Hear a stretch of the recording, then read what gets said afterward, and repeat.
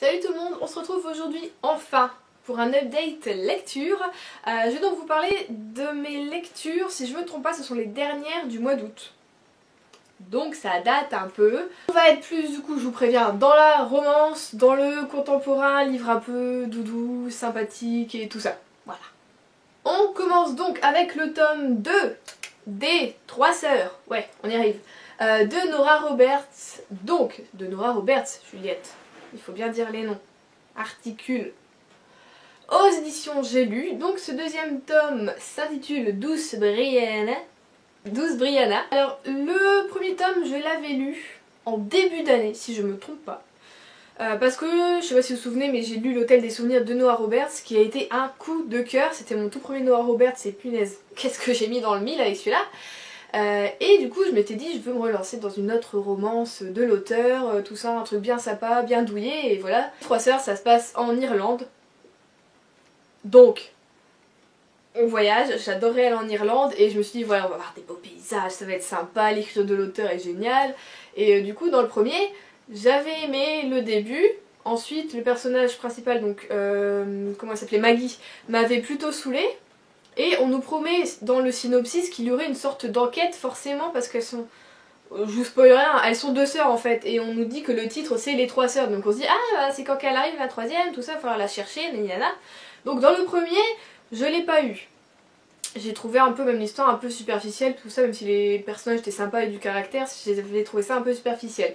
Je m'étais dit super, le tome 2 c'est sur Brianna, je l'aime beaucoup, elle a l'air hyper sympa, elle tient une maison d'hôte, c'est une femme responsable mais qui en même temps est très douce, enfin voilà, elle est adulte et je me suis dit que voilà, ça allait être sympa parce que c'est un personnage qui me paraissait sympa et ça m'a fait rebelote la même chose que pour le tome 1, c'est-à-dire que le début était comme ça, nickel.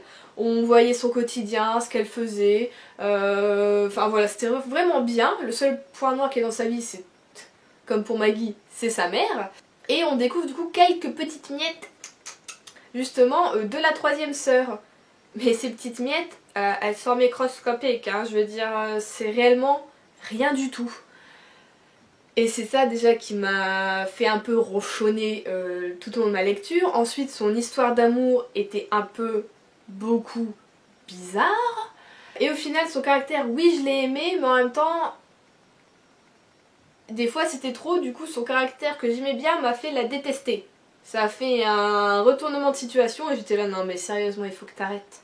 Donc tout ça pour vous dire qu'effectivement il y a des beaux paysages, effectivement c'est pas mal parce qu'on a les petits pubs, on a voilà le petit village où tout le monde se connaît, tout le monde est bienveillant, enfin voilà c'est vraiment pas mal. Mais on a une histoire d'amour qui est un peu... Moi je trouve bizarre parce que je trouve pas ça très naturel, ou alors c'est peut-être justement trop naturel comment c'est fait. Enfin moi je trouve qu'il y a des fois il manquait beaucoup de discussions entre nos deux personnages, voilà, hein, tout simplement. Après, il n'y a pas assez d'enquête sur la troisième sœur, hein, enfin moi je voulais savoir tout ça, et au final l'écriture de Nora Roberts a fait que ça m'a... ça n'a malheureusement pas réussi à porter l'histoire, malgré que j'aime son écriture, voilà, malgré que j'aime le pays de l'Irlande, que je voudrais y aller, que c'était beaux paysages, tout ça. Voilà, donc en résumé, je ne lirai pas le troisième tome, qui dommage aurait pu du coup être intéressant puisque c'était sur la troisième sœur, effectivement qu'on ne connaît pas, mais comme rien n'a été amené sur elle, je me suis dit que ce tome 3 allait être atterrir comme un cheveu sur la soupe et que ce serait pas la peine parce qu'en plus c'est quand même des gros livres, ils font une...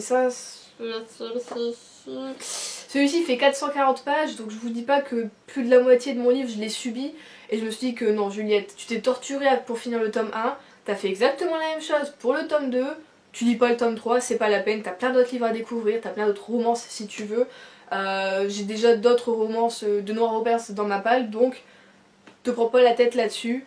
Donc voilà, pour moi les Trois Sœurs c'est fini, donc si quelqu'un parmi vous a lu le troisième tome, a donc fini la saga, qui n'hésite pas à m'envoyer un MP à me spoiler, il n'y a pas de souci, vous pouvez me spoiler le troisième tome des Trois Sœurs.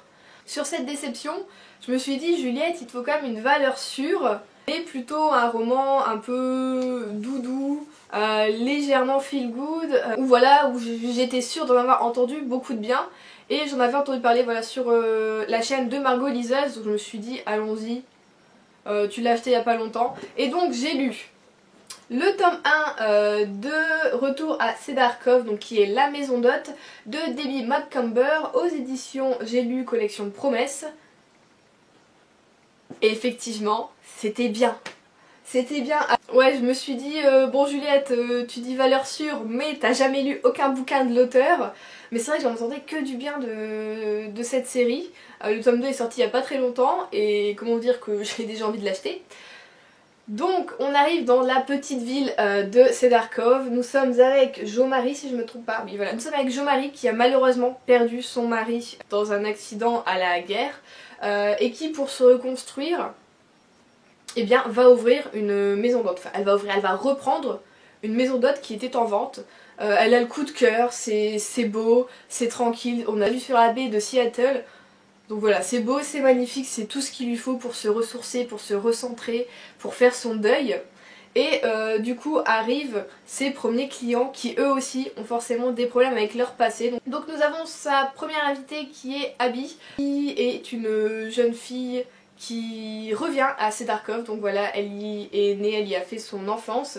Malheureusement un accident s'est déroulé dans le début on va dire de sa vie adulte, ce qui fait qu'elle déteste totalement cette ville, mais elle doit y revenir pour le mariage de son frère qui se marie du coup à Cedarcove puisqu'il se marie avec une fille de Cedarcove même, donc voilà, pas le choix. Elle y va totalement à reculons et quand elle arrive voilà, à la maison d'hôte, on a un peu envie voilà, de savoir pourquoi elle est comme ça, parce qu'elle a l'air d'être assez distante, assez froide. On voit qu'elle est totalement presque dans la lune, qu'elle a pas envie d'être là et du coup on se demande pourquoi elle est là. Donc voilà. Et ensuite nous avons Josh. Alors lui, Josh est là pour s'occuper de son beau-père. Sa mère est décédée quand il était jeune d'un cancer et il a jamais, mais alors jamais eu de très bonnes relations avec son beau-père. Et son beau-père commence vraiment, voilà, il est en déclin, il est en train de mourir et il est le seul à être là pour pouvoir s'en occuper. Josh voilà, revient pour son beau-père, c'est un peu, beaucoup, pareil, galère, il y va pareil à reculons, il a qu'une hâte, malheureusement, c'est que ça se finisse, c'est d'en finir, mais il va avoir quand même de bonnes surprises, il va refaire de très bonnes rencontres. Donc voilà, c'est un roman où on se dit les passés sont compliqués, les passés sont tristes, donc on est voilà, sur un fil porteur qui est assez intense d'une certaine façon, qui est assez triste, mais l'auteur fait qu'elle arrive à nous redonner espoir et que ça devient voilà vraiment un roman pas totalement feel good parce que voilà c'est quand même triste, mais un roman doudou où on fait qu'on se sent bien, qu'on a envie d'aller à Cedarcove, de découvrir voilà les autres habitants, de lire le prochain tome, de savoir ce qui va se passer pour Jo-Marie, et parce que pareil voilà à la fin on a les nouveaux clients qui appellent et forcément ce sera ceux du tome 2 et on n'a qu'une hâte parce que pareil déjà en fait elle arrive à nous foutre le mystère, l'auteur, un petit épilogue voilà des prochains clients, et j'ai juste voilà qu'une envie, c'est de retourner à Cedarcove, de retourner avec Marie-Jo et de voilà continuer là-dedans, voir ce qui va se passer pour elle, comment elle refait son deuil, enfin voilà, on a aussi pour du coup voilà, on voit qu'elle se ressource, qu'elle fait d'autres connaissances, qu'elle élargit ses horizons, enfin voilà c'est vraiment cool ce qui se passe pour elle. Et on a aussi, voilà, elle fait plein de belles rencontres et j'espère qu'une certaine rencontre sera la bonne, hein, voilà. Donc voilà pour ce bouquin, surtout si vous voulez une lecture qui soit douce avec une belle écriture, un peu un petit cocon mais avec voilà des problèmes pour nos personnages personnels qui sont vrais, hein, c'est pas des broutilles. Si vous avez quelque chose d'un peu quand même sérieux là-dessus, n'hésitez pas et foncez sur La Maison d'Hôte, franchement je vous le conseille vraiment beaucoup. Et moi voilà, je pense que je vais bientôt aller acheter la suite parce que je suis tombée amoureuse, voilà. Donc c'est tout pour cette semaine, voilà ce que j'ai lu sur la fin du mois d'août. J'avais envie, voilà, comme vous voyez, de romances, de romans qui se lisent un peu tout seul. Ça coule de source, bon bah, malheureusement le premier ça l'a pas fait, mais le deuxième c'était vraiment super génial. Donc je vous fais plein de gros bisous, je vous dis à la prochaine. Je vous souhaite de très très bonnes lectures et à plus.